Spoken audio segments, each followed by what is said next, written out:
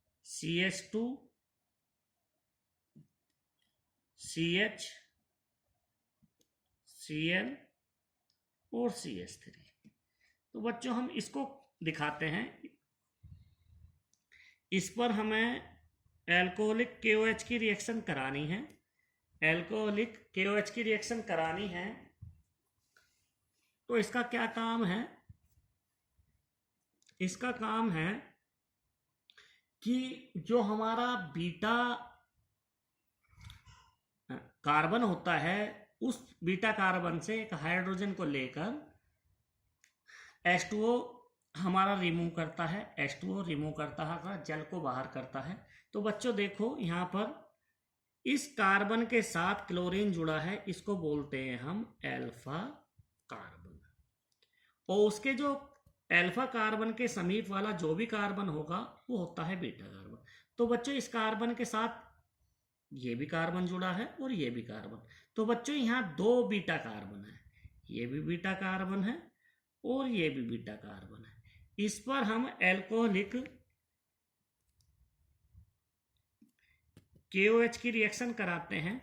तो बच्चों इससे दो प्रोडक्ट बनते हैं। एक तो हमारा OH इस हाइड्रोजन के साथ निकलेगा, H2O निकाल लेगा, और एक इस बीटा कार्बन से एक हाइड्रोजन और OH निकलेगा, H2O निकालेगा। तो दो प्रोडक्ट बनेगा। पहले बच्चों मैं इस वाले कार्बन से निकालता हूं, इस बीटा कार्बन से निकालता हूं, तो बनेगा CH3 CH2। बच्चों एक यहां से हाइड्रोजन निकलेगा और ये क्लोरीन अपने इलेक्ट्रॉन लेकर बाहर निकल जाएगा। तो यहां बचेगा कार्बन, यहां बचेगा कार्बन हाइड्रोजन, एक H निकलने के बाद बचेगा CH2 और इनके बीच में कार्बन की वैलेंसी कंप्लीट करने के लिए डबल बॉन्ड। तो बच्चों यहां बनेगा हमारा ब्यूट-1-ईन, इसका IUPAC नाम है, ब्यूट-1-ईन IUPAC नाम है। और बच्चों दूसरा जो बनेगा हमारा, यहां से बीटा कार्बन से हाइड्रोजन निकलेगा और ये Cl रिमूव हो जाएगा, तो हमारा CH डबल बॉन्ड CH की फॉर्मेशन हो जाएगी, CH3 CH। बच्चों एक H निकलने के बाद H बचेगा, CH बचेगा, और यहाँ CH है ही, CH डबल बॉन्ड, इनके बीच में फॉर्मेशन डबल बॉन्ड की होगी, CH CH3। तो इसका बच्चों नाम है ब्यूट-2-ईन। तो बच्चों हमारा इस तरह से दो प्रोडक्ट बनते हैं। लेकिन ये बच्चों जब ये प्रोडक्ट बनते हैं तो हमारा एक रूल लगता है जो एक वैज्ञानिक के नाम पर है।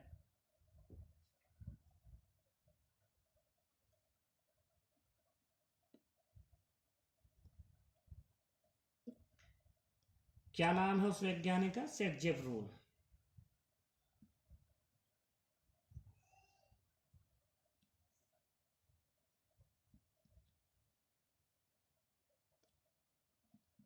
सेटजेफ नियम।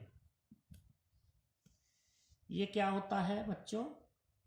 इसमें दो एल्कीन हमें प्राप्त होती हैं। मैं इसको शॉर्ट में समझा देता हूं आपको, डेफिनेशन ना लिखा के मैं इस तरह से लिखवाता हूं। इस तरह की एल्कीन होनी चाहिए, इस तरह की एल्कीन होनी चाहिए जो maximum number of alpha hydrogen,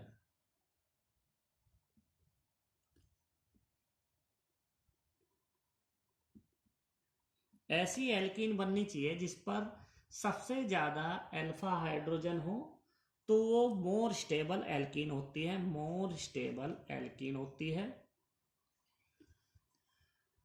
alkene प्राप्त होती है मोस्ट स्टेबल। और दूसरी जो एल्कीन प्राप्त होती है वो लेस स्टेबल होती है। जो मोस्ट स्टेबल प्राप्त होती है उस प्रोडक्ट को बोलते हैं हम, उस वाले प्रोडक्ट को बोलते हैं सेटजेफ प्रोडक्ट। अर्थात सेटजेफ उत्पाद। और जो लेस स्टेबल होती है उसको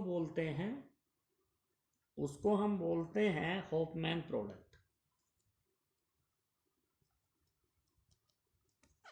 होफमैन प्रोडक्ट। तो बच्चों दो तरह के प्रोडक्ट प्राप्त होते हैं हमें, जिस पर अल्फा हाइड्रोजन सबसे अधिक होंगे वो मोस्ट स्टेबल एल्कीन होगी। बोर्ड एग्जाम में भी क्वेश्चन आता है, कंपटीशन लेवल में भी क्वेश्चन आता है कि मोर स्टेबल सिटजेफ रूल कौन सा बनाता है। जो ये हमारा मोर स्टेबल जो सिटजेफ रूल के अकॉर्डिंग प्रोडक्ट प्राप्त होता है वो 80% प्राप्त होता है, और जो होफमैन के अकॉर्डिंग प्राप्त होता है वो 20% प्राप्त होता है। तो बच्चों हम अल्फा हाइड्रोजन कैसे प्राप्त करेंगे, कितने अल्फा हाइड्रोजन है, हम इसको प्राप्त कैसे करेंगे। हम इस तरह से करेंगे, जहां भी जहां भी डबल बॉन्ड की फॉर्मेशन होनी है दो कार्बनों के मध्य, उसको सर्किल करो, और उनके जहां दो कार्बनों के मध्य, दो कार्बन के बिटवीन डबल बॉन्ड की फॉर्मेशन हो रही है उसको सर्किल करो। उसके आसपास जो कार्बन के साथ जितने हाइड्रोजन जुड़े होते हैं अल्फा हाइड्रोजन कहलाते हैं। ये भी अल्फा हाइड्रोजन और ये भी अल्फा हाइड्रोजन। तो इस एल्कीन के दोनों तरफ अल्फा हाइड्रोजन प्राप्त हो रहे हैं हमारे, क्योंकि इधर भी जुड़े हैं और इधर भी जुड़े हैं। तो इसके सर्किल बनाइए, जहां भी डबल बॉन्ड की फॉर्मेशन हो उसको सर्किल बनाइए, उनके दोनों साइड देखिए कार्बन जो जुड़े हैं और उनके साथ हाइड्रोजन है वो अल्फा हाइड्रोजन होंगे। तो 3 इधर हैं 3 इधर हैं, तो अल्फा हाइड्रोजन यहाँ पर 6 बन रहे हैं। अल्फा हाइड्रोजन हमारे 6 प्राप्त हो रहे हैं। अब इस वाले प्रोडक्ट में देखिए बच्चों, इस पर सर्किल करिए। इस सर्किल के बाद इधर कोई कार्बन नहीं जुड़ रहा है, इसके पास ये वाला कार्बन जुड़ रहा है, इसको बोलेंगे अल्फा कार्बन। इसके साथ हाइड्रोजन कितने जुड़े हैं 2, तो अल्फा हाइड्रोजन कितने हैं हमारे 2। तो बच्चों यहाँ तो हमारे ब्यूट 1 इन में अल्फा हाइड्रोजन 2 हैं और यहाँ पर अल्फा हाइड्रोजन 6 है। तो यहाँ मोर स्टेबल ये वाली एल्कीन बनेगी, क्योंकि इसमें अल्फा हाइड्रोजन 6 है। ये कौन सा प्रोडक्ट बनेगा, ये प्रोडक्ट बनेगा सेटजेफ रूल, सेटजेफ प्रोडक्ट। अब तो समझ में आ रहा हो बच्चों, बहुत इजी है। इस तरह से ये वाला प्रोडक्ट जो बनेगा होफमैन प्रोडक्ट बनेगा। एक एग्जांपल और समझा देता हूं बच्चों, ये किसकी वजह से स्टेबिलिटी आती है। स्टेबिलिटी जो दिखा रहा है, स्थायित्व तो जो दिखा रहा है, ये दिखा रहा है ड्यू टू हाइपर कॉन्जुगेशन।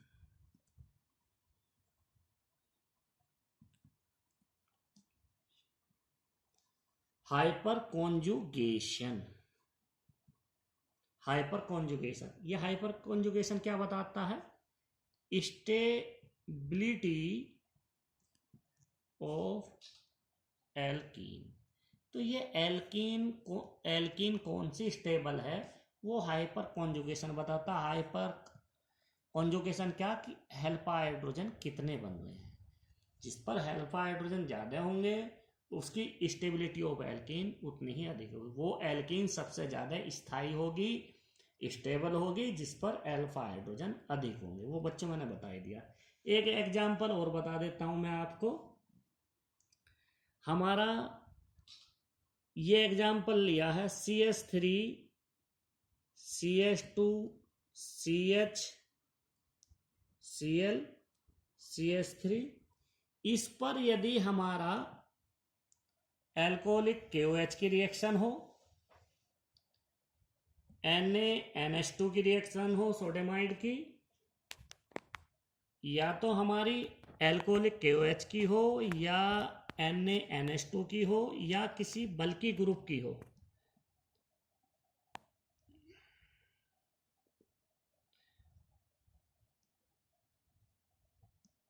बल्कि न्यूक्लियोफाइल। बल्कि न्यूक्लियोफाइल किसके क्या है, जो बेस की तरह बिहेव करता हो। मैंने बताया बच्चों इस तरह से जो बल्कि ग्रुप हो, जो काम ये बल्कि ग्रुप लगा हो, ये तीनों जो हमारे लगे होंगे वो एलिमिनेशन रिएक्शन शो करेंगे, तीनों ही बात एक जैसी करेंगे। अब बच्चों इस पर हमारा Cl ग्रुप जुड़ा है, जिस पर कोई भी हमारा हेलोजन ग्रुप जुड़ा है, क्योंकि हेलो एल्केन पढ़ रहे हैं, उसको हम अल्फा कार्बन कहेंगे और उसके समीप वालों को हम कहेंगे बीटा कार्बन। तो एलिमिनेशन दो तरीके से होगा, दो प्रकार से होगा। एक बार एलिमिनेशन इस वाले बीटा कार्बन से होगा और एक बार एलिमिनेशन इस बीटा कार्बन से होगा। पहले मैं इस वाले को बता रहा हूं, CH3 सिंगल बॉन्ड CH2, ये बच्चों Cl निकल जाएगा तो CH सिंगल बॉन्ड